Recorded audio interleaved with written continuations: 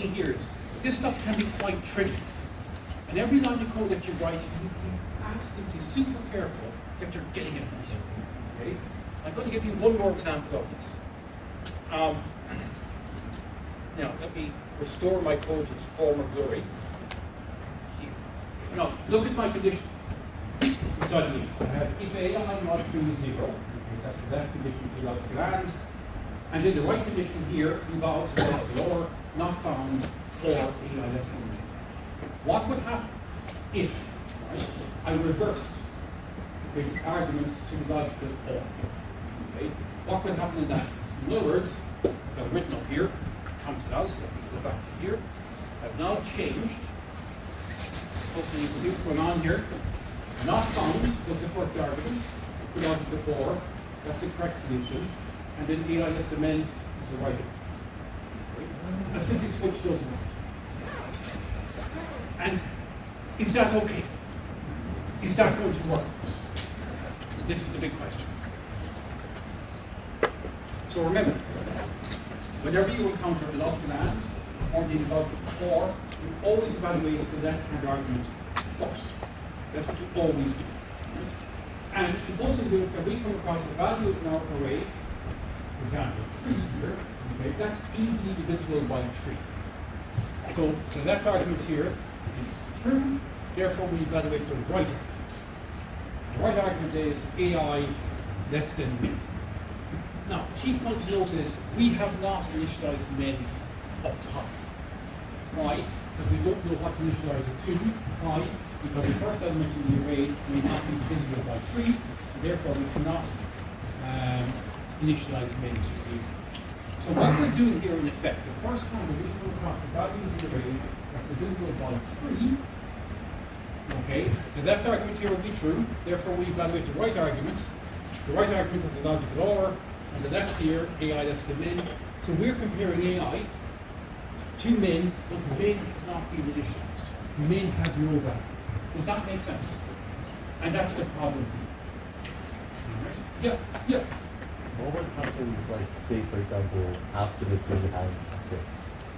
Probably if sorry, say again? Like, what would happen if, for example, after the 2 and array you had like 6 or 3? So that was divisible after.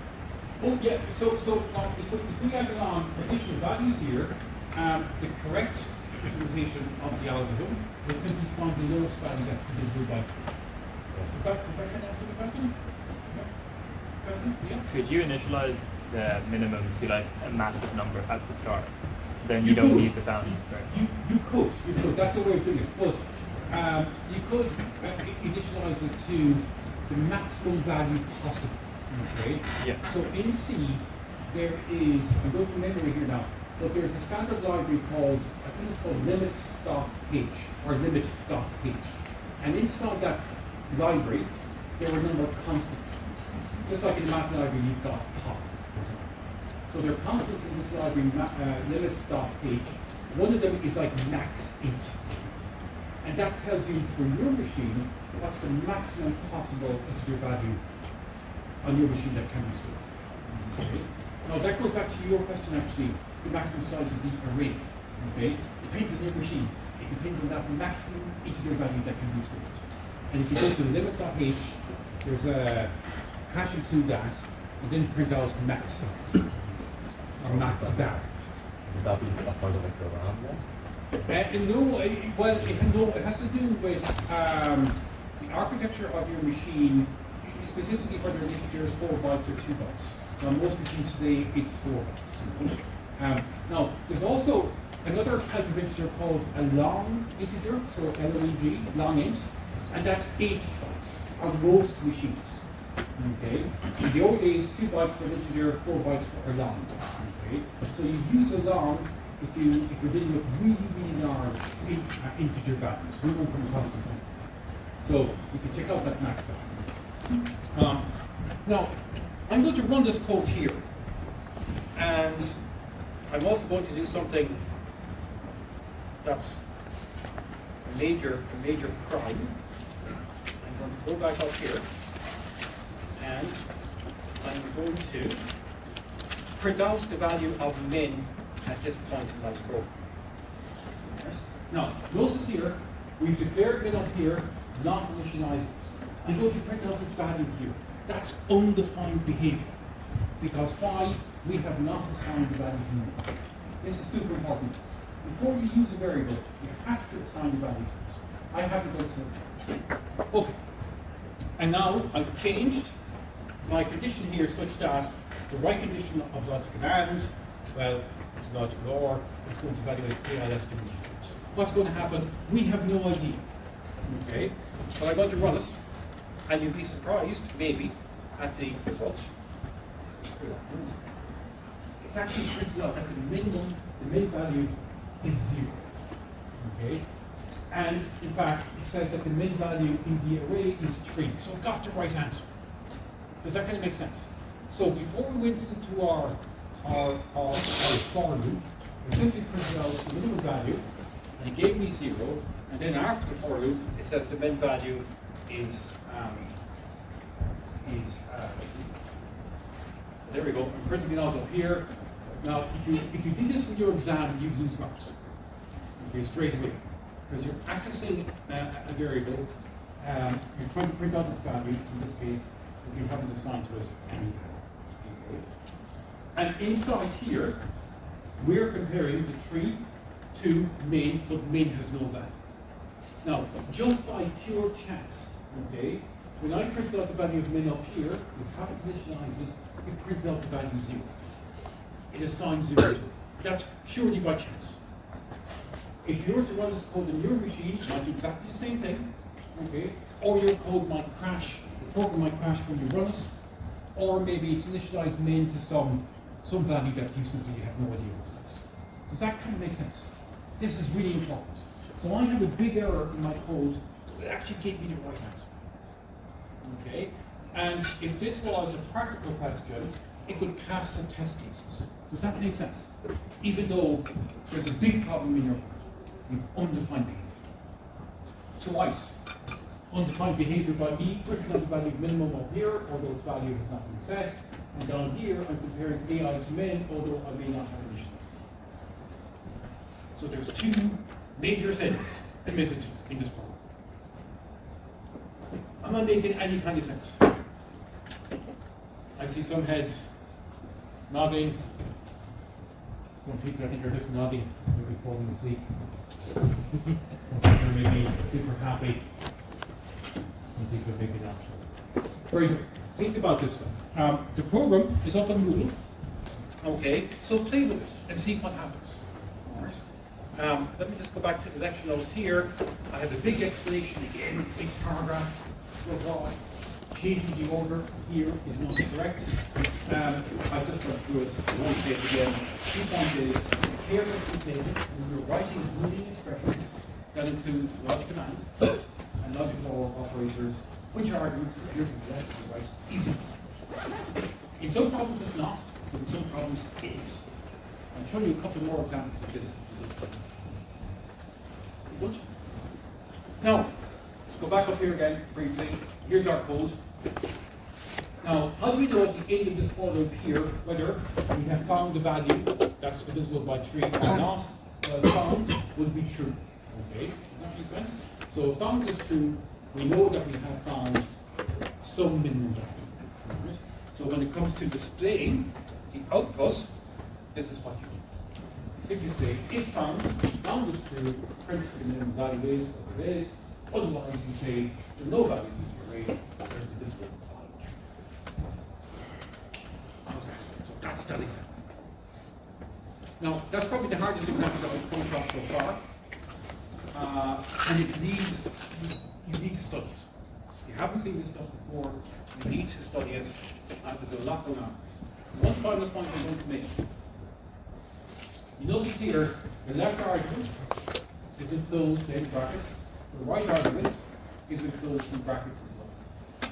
What will happen if I remove the brackets around this argument here and this argument here? Any guesses? This has to do with operation precedence. Okay. Now, it turns out that logical AND has a higher precedence than logical OR.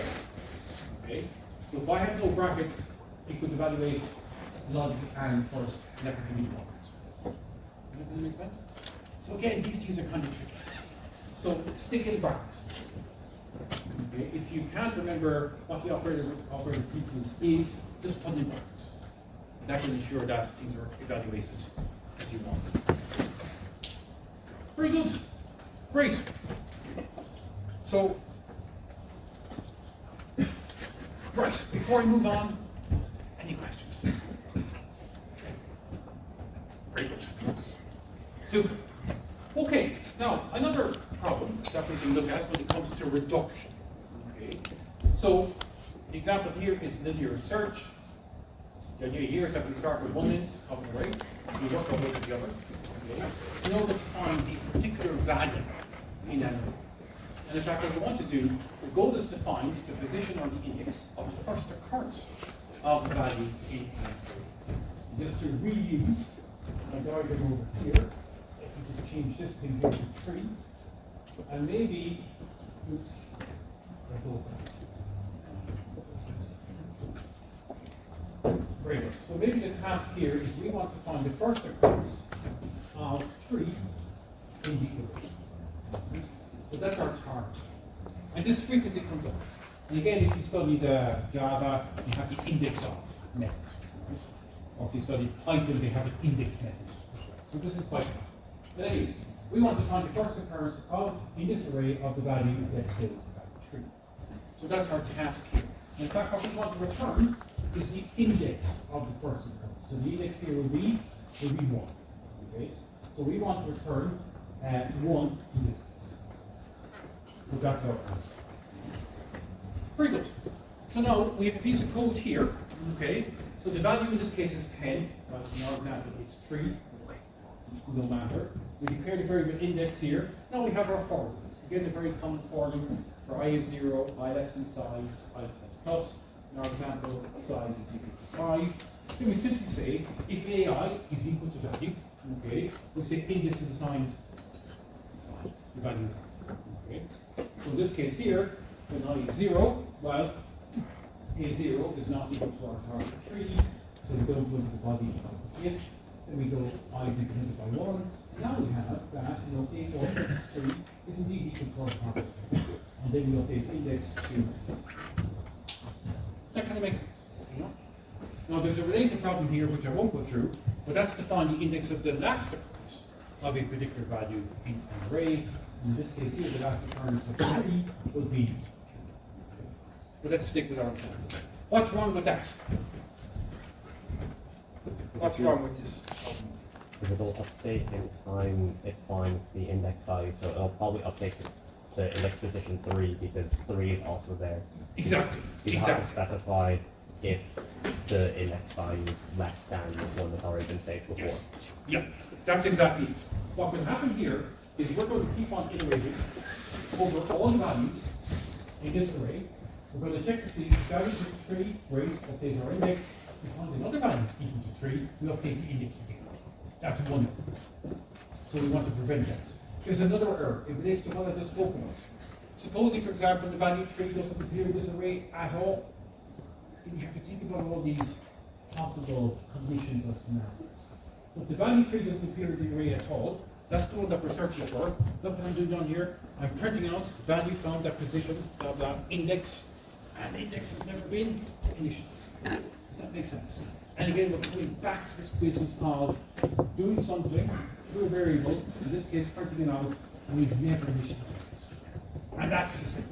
That's something that we need to look for. So how do we fix the code here? Well, of course, let me go through it. This attempt nearly works, but what about the edge case in which the value is not in the array at all? Even after finding the value, exactly to your point, we continue to iterate. For example, there may be multiple occurrences of the value in the array, and we wish to find the index of the first occurrence. And the solution here again is different solutions. One way, each Boolean variable that tracks when the value has been found. Initially, it's set to false, but it's updated to true inside the body if. The code here is on the next slide.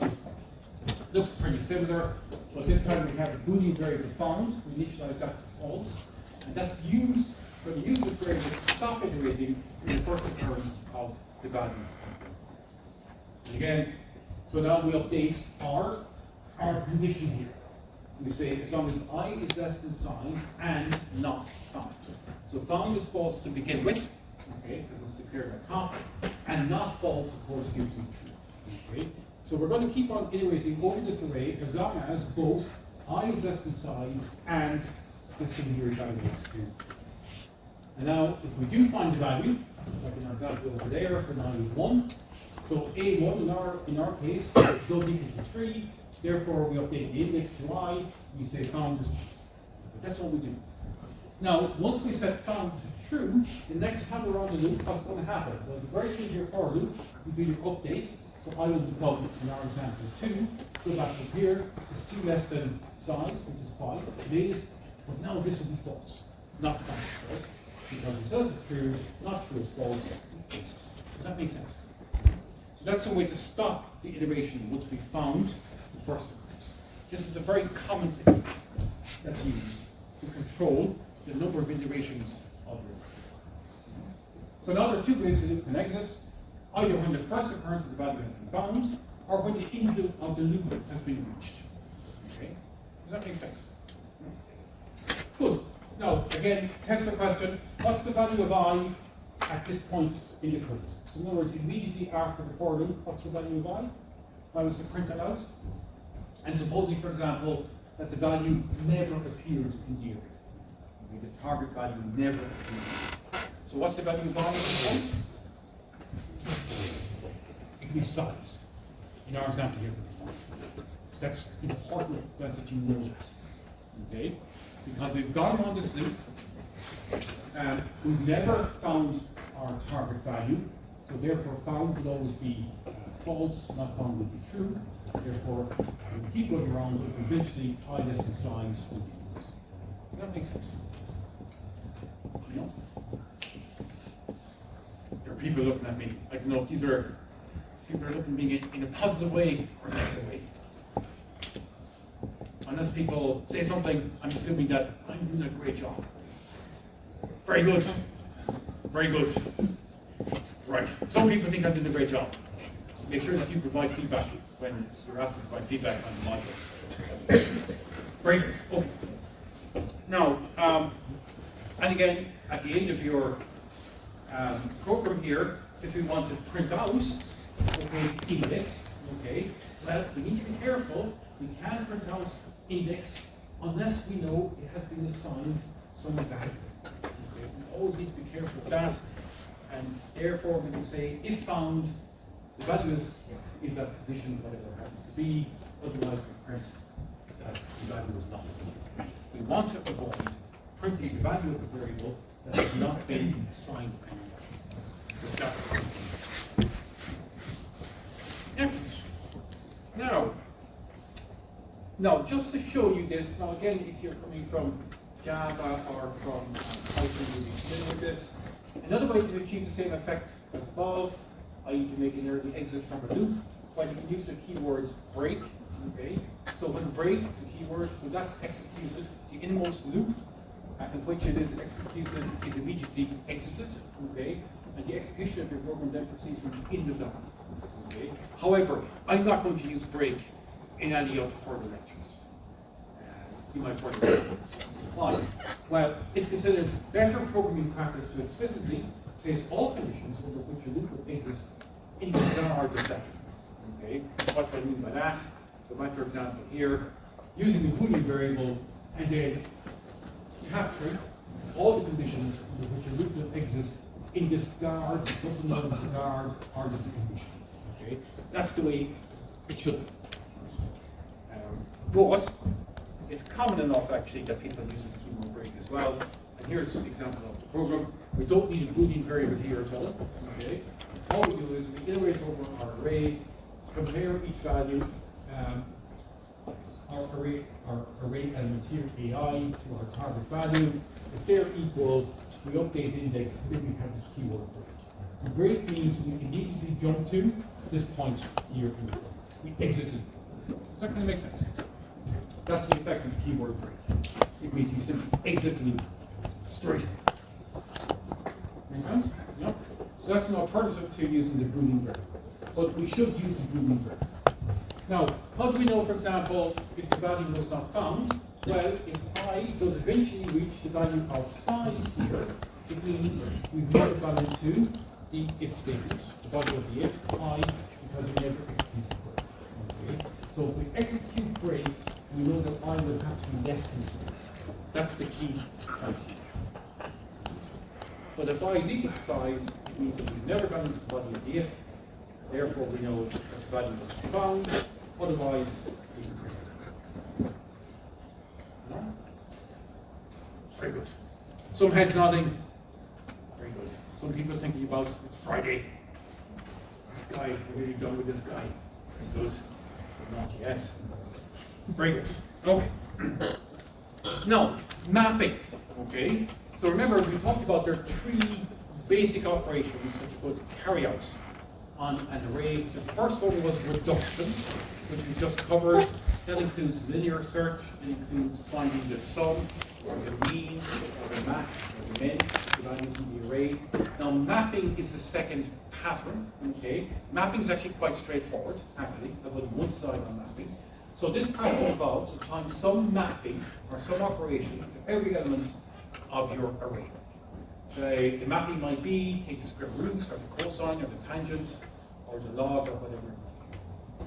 And in this example here, we're simply going to compute the square of every element in the array. Okay? This is all that mapping is. And here we're going to kick off.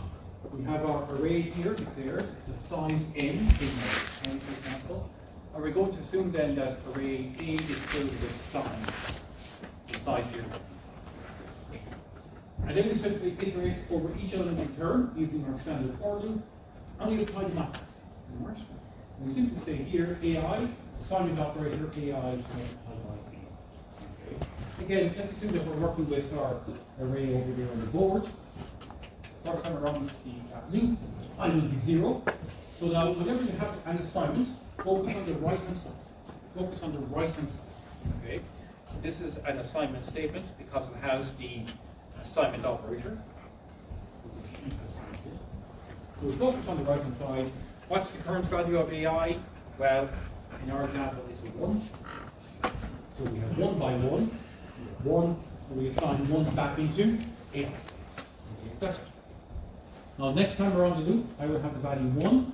In our example over there, you can see that A1 has the value of 3. So we have 3 times 3, 9. Now, our 3 here will be updated with 1. And that's it. Okay, that's it. So we just iterate over the array, we update each element in turn according to some mapping or some. And here we just have this. So that's it. So that's a fairly straightforward pattern. And that's the only example I'm showing you. But to complete the square root, you can see how that would be. Now the last pattern here is filtering. Okay. Now there's a lovely example here coming up. At least I think it's lovely. But anyway, let's look at the first one. What's filtering one? Okay. Now, suppose that we want to filter certain items from an array, e.g. find all values in the array that are greater than 5. Okay. Or it could be all values in the array that are even, or all values in the array that are odd, or all values in the array that are greater than 0 and less than 10. Whatever condition it is. Now here, in this first example, we're going to use a second array B into which to store to filter the items. And the key point here is that the array A is not modified after the filtering is occurred. So we don't change the array A, we simply have a second array B, and we're going to filter the items into. Now again, just to walk through an example, if there are 2 arrays A and B, we're going to assume here that capital N is 10. So we're going to declare 2 arrays, and each of them has 10. Now, assuming that the user wants to type in 4 values from the keyboard, so our variable size, the count value 4, we're going to assume that the array A contains these values 4, 7, 6, 5. The size is 7. So essentially, we ignore all these other elements over here. We just concern ourselves with the first 4 values. Now, after filtering is applied, array A remains unchanged, but array B should now contain all the elements from A that are greater than 5. There's 2 of them here, 7 and 6. So that's our goal. Does that kind of make sense? So that's our problem. Okay, that's the problem that we're trying to solve. So how do we do it? It turns out that there's a lovely, simple solution to this, which I have here.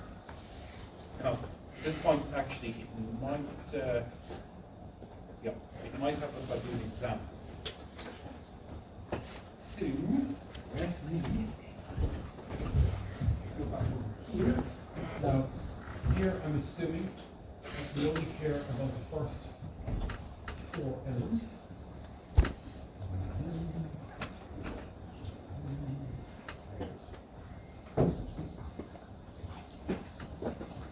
And probably goes like this. 4, 7. 4, 7, 6. So that's our array B. And then we have a second array B, which I'll draw in red here. Good. And this also has 4. Now we're going to use the counter or the variable I to iterate over the elements in the array A, and we're going to use a counter J, a separate counter, to tell us what position we are in the array B. And again, it's always super helpful when you're going through these loops to write down the values of your variables. Here we just have 2, and then just 5, and we have 2. Super. So let's get through this. Here's our solution. So we declare our arrays. We've done that. Now we initialize j to 0. This is super important. We initialize j to 0. Okay. Great. Now j is going to be indexed into the array B. Okay. That's the purpose of j. It tells us where we're going to store the values in the array B. Now we have our loop. So for I is 0, I less than size, I plus plus. So first time we're on that loop, I is going to have the value 0.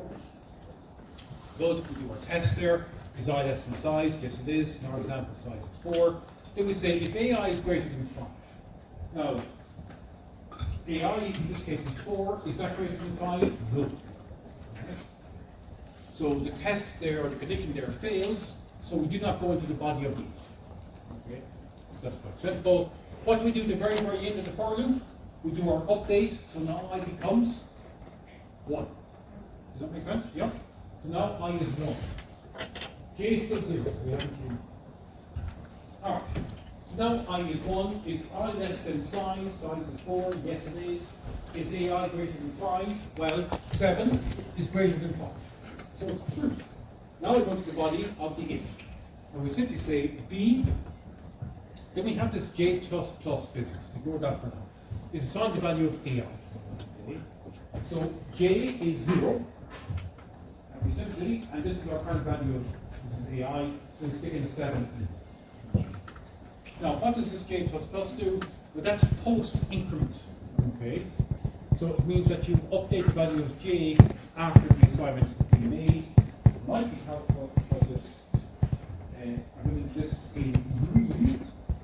I can rewrite this assignment here as follows, and it does exactly the same thing. It's easier just to write it down. E,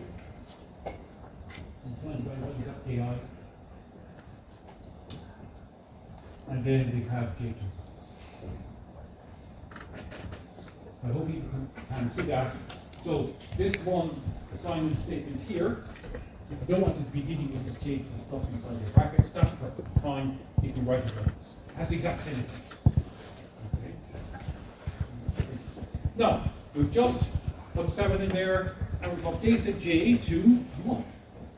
So J now has the value of, very good. Now we can leave our loop. What happens at the end of our loop? We update it. So now I goes up by 1, so now I will be 2.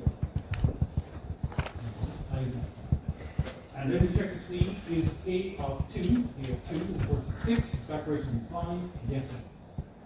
Now, once the body of if, we see B of J plus is find the value of AI. Now what's J currently? J is currently 1. We can put the 6 in here. Does that make sense? And we increment our J. J now becomes 2. I'll go on this one more time. At the very end of our for loop, what we do, we combine. 3, it's 3 less than size, it is, so that's 4.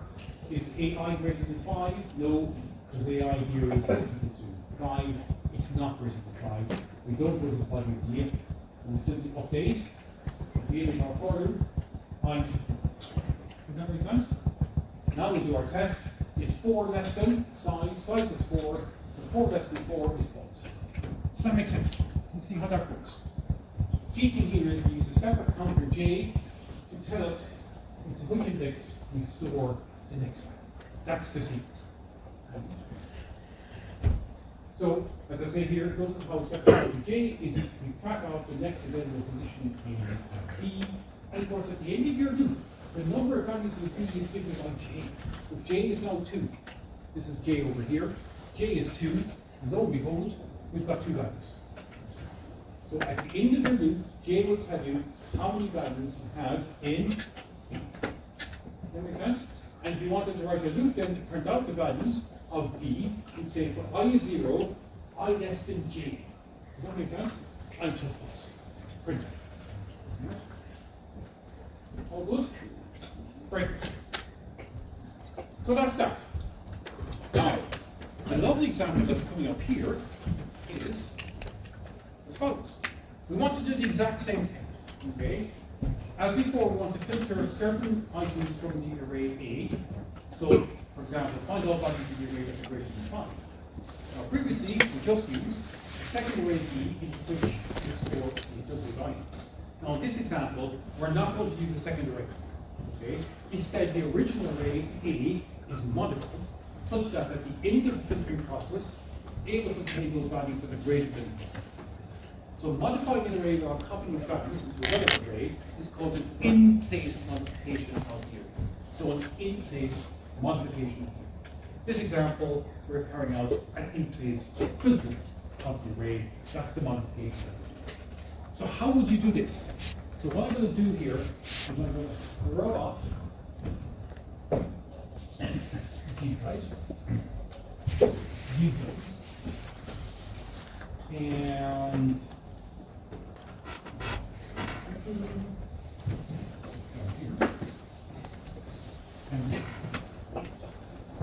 now remember, we're only using one array here, so just for the purposes of our drawing.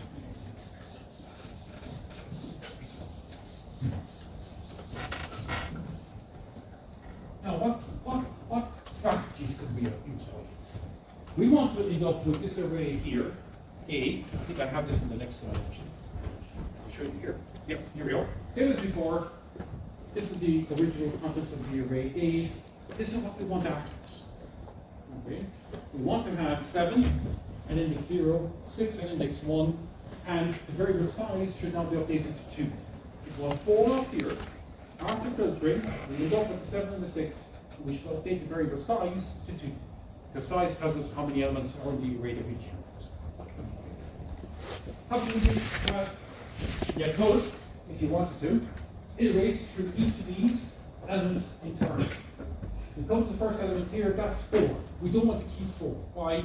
It's not greater than 5. So we could write a nice little loop there just to shift all the other values down by 1. Does that make sense? And then we come to this one here. Well, at this point we now have 7, 6, 5. Okay, does that make sense? And now we want to keep 7, so we don't have to do any shifting. We want to keep 6, we don't have to do any shifting, and we don't want to keep 5. You get the idea. We can do all this kind of shifting stuff. Right? We can have a loop inside the loop. And you can write code to do that, and it will work, and it will give you the right answer, so it's a much easier way to do it. And this is the really kind of cool and clever thing. I hope you find it cool and clever. But you're computer scientists, you're a special breed of human being. So hopefully you'll find this kind of cool and clever. We can take the solution that we just looked at for filtering into the array B, and we can make one tiny change, and we can solve our problem. Instead of having B here, we simply have A. This algorithm is exactly the same. There is no change. Except, instead of having B, get plus, we have A. Get plus. And you might say, how the name of God does that work? Okay, and it would be helpful here to step through it again. So, very start. Now, notice we only have a single array, A. Here, we have our variables I and j. We initialize j to 0. Okay, you can see that up there above the for loop. Now, when we enter the for loop for the first time, what we do, we perform the initialization, so I is now 0. Very good. Now, we go to the body of the for loop, we check to see if a of I, a of 0, is that greater than 5. So is 4 greater than 5? No, it is not. Therefore, we don't go to the body of the if. We simply go to the very end of the for loop, we update I, now I becomes 1. I is now. Good. Now, we check to see is 1 less than size, it is size 4. Now we check to see is A1 greater than 5. Now here's where the magic happens. A1 is indeed greater than 5. Now what? Well, we say that B, A of J. What's J currently? It's 0. Okay, so we have A0. Write this down. A of 0 is assigned value of, now I is currently 1. Right. That's essentially what we have inside the body of the if. So what does that mean? Well, this is an assignment. We look at A1, it's 7. Okay, if we assign that into 0. So I'm going to use, put this guy off here. I'm going to use a green marker to denote the cost of that. And we have 7 inside. Does that make sense? And now what we do, we put the value of j by 1. So now j becomes 1. Okay. Now we reach the end of our for loop. What we do, if I now becomes 2. So now going into the body of the for, we say is A2 greater than 5, well A2 is 6, that's greater than 5. Okay. Go to the body of the if. And now we have AJ plus to assign the value of AI. Now what's j at the moment? It's 1. And what's I at the moment? It is 2. So we're simply saying that A1 is assigned the value of A2. Well, you see it's going to happen up here. So that's A2, that's A1. We assign A2 to A1. So we cross off the 7 here, and that gets overwritten by 6. Does that make sense? And now we increment j, and j will now become 2. Alright, very good. Now we reach the end of the if. Okay, so now we reach the end of our for. We update I becomes 3. Good. And then we say is 3 less than size. It is, size is 4. Now we have is A of 3. Is that greater than 5? So, does that make sense? That's not greater than 5. Okay, so we did nothing.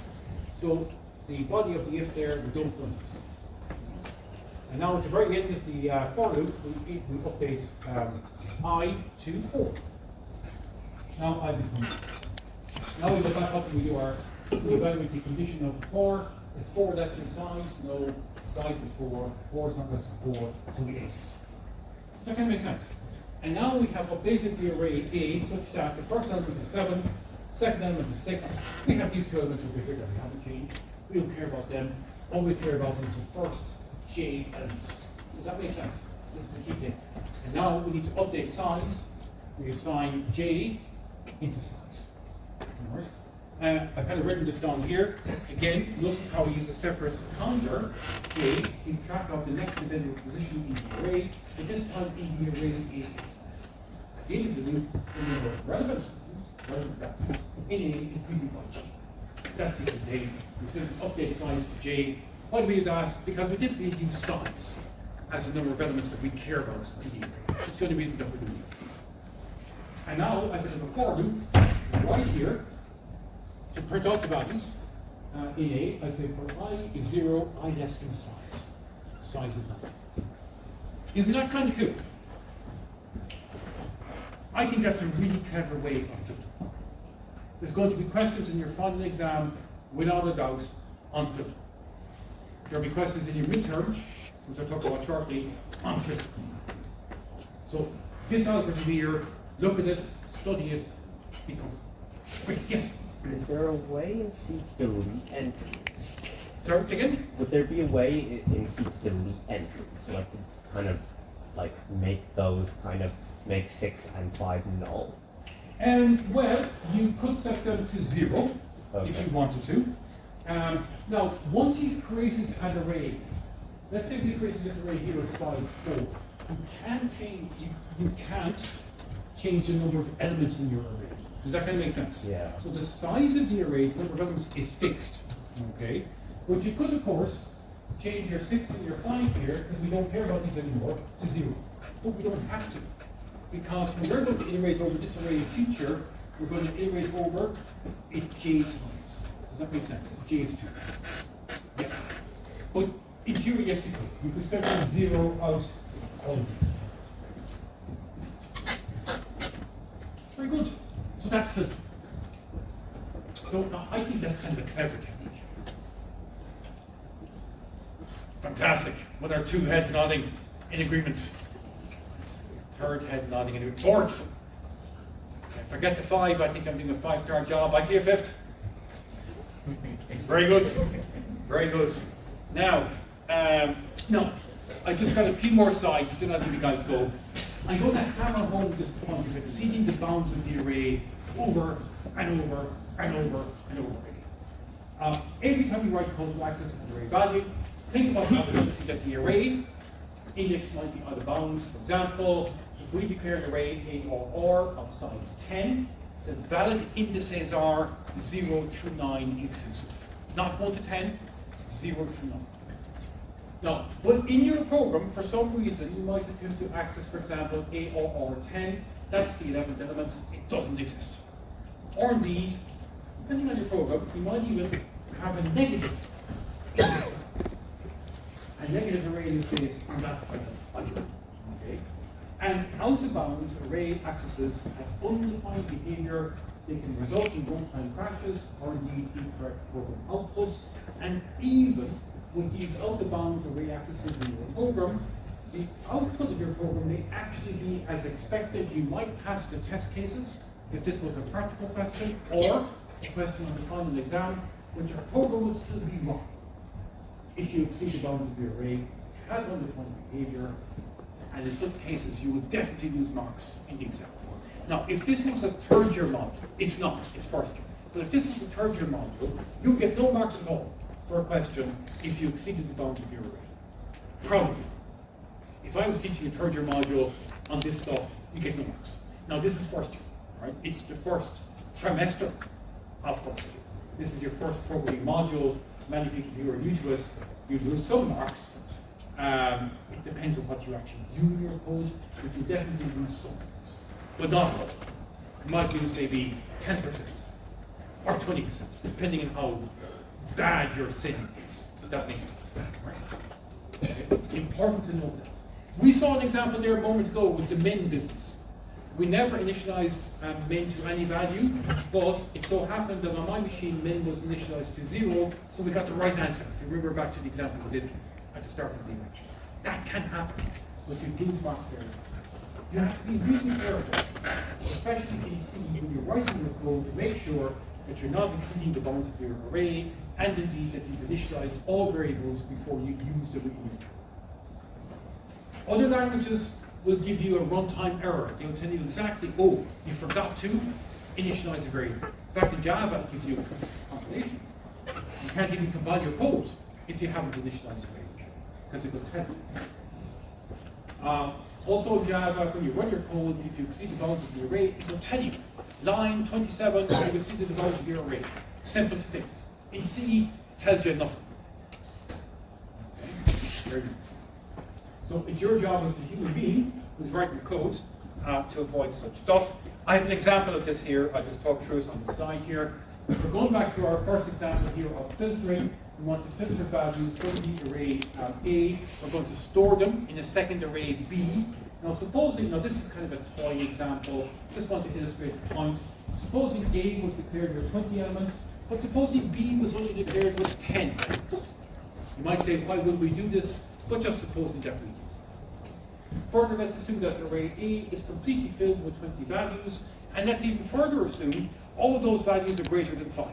And we're going to attempt to store 20 values that are greater than 5 into an array with 10 elements. We can't do that. That would be exceeding the bounds of the array for the last 10 elements.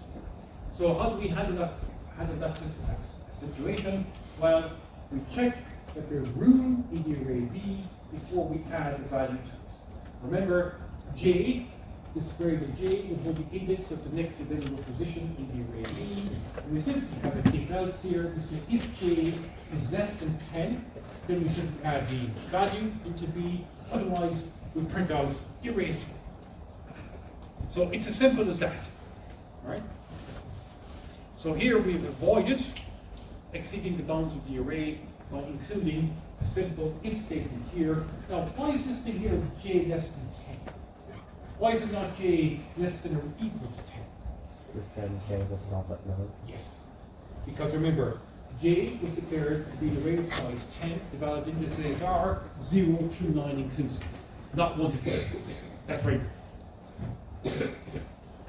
Yeah. Now, another common error that's made when you're writing your for loop on paper, people might say for I0, that's correct, I less than or equal to 12. Again, exceeding the bounds of the array. Does that make sense? So for I0, I less than number of elements. Very good. Very good. Let me just, okay, so right. I'm just going to do one more thing here from lecture 9. You're probably going to scream at me when I do this. It will only take 2 minutes. This is lecture 9, something little. I'm going to give you, yes, another example of the lazy evaluation of operators, logical and logical operators. There's only two sides here. We'll do in a second. Considering the following toy example. Okay? All we want to do, we want to iterate over an array, and we want to display all the values in the array until we reach the value -1. So this is a completely toy example just to illustrate the point. So again, scrub off this thing here. Supposing this is our array, we simply want to iterate over, display all the values 1, 2, 3, 4. It's nice and easy. Okay. And until we reach the value of -1, which may or may not be present. Okay. How might we write such a loop? Well, we declare the variable or the array A with any elements, assume it's filled with any elements in like 10, for example. Now, this time we're going to use a while loop. You could simply use a for loop, it doesn't matter. So we initialize I to 0. Now, this is our condition here, also known as a guard. Okay. So we say now I is less than n and a of I is not equal to -1. We simply print out the value of AI. Now again, we have this fancy post-increment business here. We wanted to just delete the plus plus here and write I plus plus after the print. That does exactly the same thing. That's post-increment. Okay. We do the business first, print out the AI, in increment. Now, what happens if the array A does not contain the value -1, so that the loop will eventually reach a point where I is equal to n. Okay? So we go on that loop a whole bunch of times. Eventually, I will have the value of n. And then what happens? Well, we can insert in for I in the guard of the loop. So we get this n less than n and n not equal to -1. Now, this is okay. Why is this okay? Well, notice the right argument to the logical and, we're actually accessing an array element that does not exist. Alright? This is like if our array was a size 10, I have A10 not equal to -1. That array element A10 does not exist. Does that make sense? The last valid index is 9. Okay, not 10. Make sense? No? Is this a problem? It's not. Why? Well, remember, when you have a logical AND, you always evaluate the left argument first. Now, is n less than n? Well, that's clearly false. Now, the right argument, of course, cannot be safely evaluated because the element an does not exist. This is not a problem. Why? C will always evaluate the left-hand argument of logical AND to be the same for logical AND. But here we're doing that. Now, if that's false, Well, C is not going to evaluate the right hand side one at all. Why? Because for logical AND to return true, both the arguments must be true. Does that make sense? And in this case, because the left argument is false, it never bothers evaluating the right one. So that's how we avoid accessing an array element that does not exist. Does that make sense? Yep. So if there is kind of like undefined behavior, but because of the lazy evaluation, will we get marked out for that? No, indeed not. And in fact, this code here is perfectly fine. Because the rules of C say, evaluate the left argument. If that determines the outcome of the logical AND, in other words, if that's false, this is never evaluated. This is perfectly legal equivalency. And it takes advantage of the fact that when there's a logical AND, evaluate the left argument. If that's false, the right one never evaluates. So this is correct. Now, and this is what I'm saying here on the next slide. So I won't go through that again. But now, look at this. Exact same code as before, but this time I've switched around the left and the right arguments. Right? On the left here I have AI not equal, minus 1. Over here I have IS equal. Exact same code as before. We wanted to do the same thing, but this time I've switched around the order of the arguments. This is a problem. Why?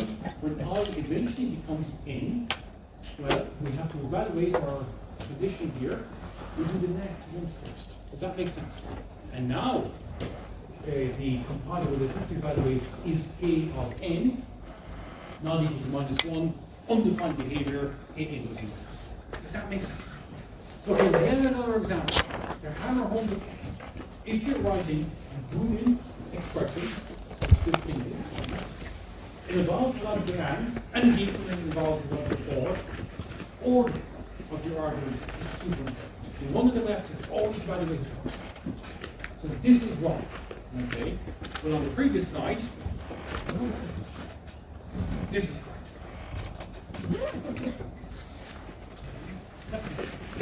Now, so as I say, sometimes it's kind of hard for me to know whether I'm making any kind of sense here. I think some people probably think I am. I'm sure some of you don't. So, if you guys want to approach me after the lecture and let me know that, look, you were talking about it, okay? Let me know. Or approach the class reps and have the class reps come to me. Are class reps here? Is there a class rep here? They're all very good. So, if anybody comes to you, feel free to that's perfect. No, because if I hear at this point and do something I shouldn't be doing, I need to know. So I hope these examples on the board, for example, these make sense. These help. See a few heads nodding. You have written again in the room. Very good. Okay, we'll stop here for today. We'll see you next